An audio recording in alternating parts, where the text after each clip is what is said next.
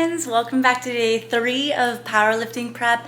I'm gonna be honest with you guys, I skipped my workout yesterday because I sat in the car for 3 to 4 hours of driving straight home, so I didn't have it in me. So we are making up day 3. It's technically supposed to be day 4, but we're on day 3 of our prep. We've got deadlifts and back today, and then we're gonna run some basketball. So let's mix our pre-workout and let's roll.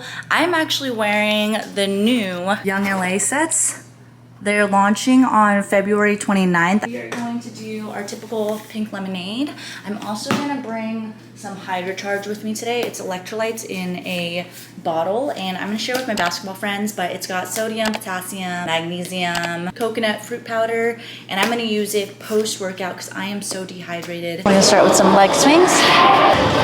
2, 3, around and down. Warming up the Achilles.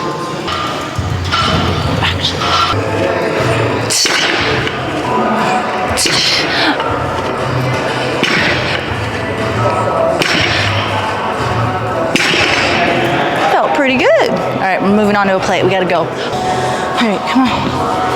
Come on, set of 3, and we'll move it up. Come on, come on.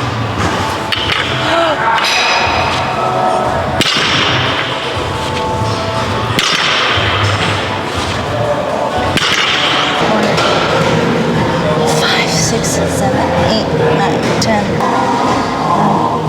5, 4. All right, next warm-up set.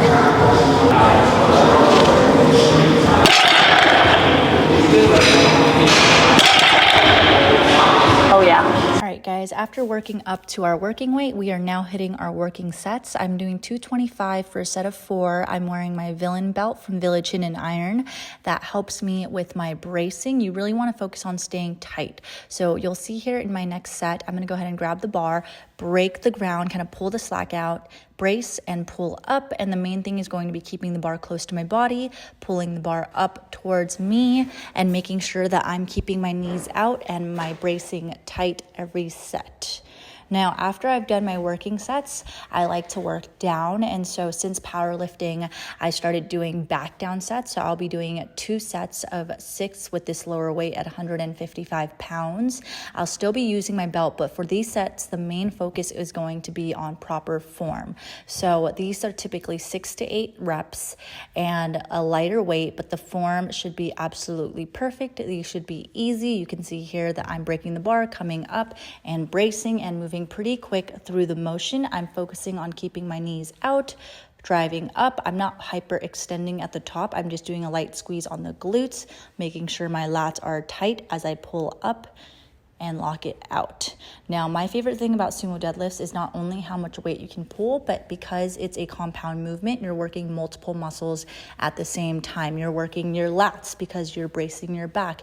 You're working your quads, you're working your glutes, you're working your back. It's a full body movement, and that's what makes a compound movement a compound movement. It's multiple muscles being engaged at the same time from different muscle groups.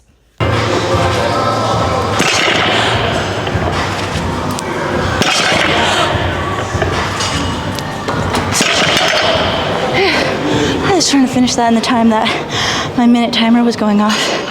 All right, that is it for deadlifts. Up next, we've got pull-ups, lat pull downs, curls. Whew. So up next for accessories, we are doing pull-ups. So 3 sets of AMRAP. So I'm trying to stay consistent, at least get 8 per set.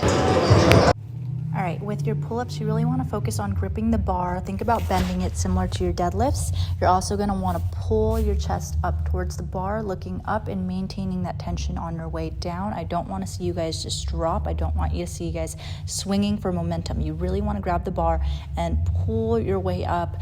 Pull-ups were the bane of my existence before, but now that I've really gotten a hang of them, I've realized it's just practice and repetition.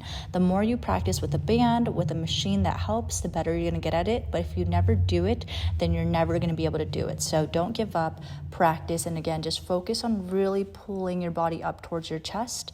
Up next, we're gonna do lat pull downs, focusing again on the movement of our scapula. So I'm doing wide grip here, pulling it down and letting it slowly come back up. Go ahead and make sure you're controlling the weight on the back up, and we're just going to go ahead and engage and do this for 10 reps.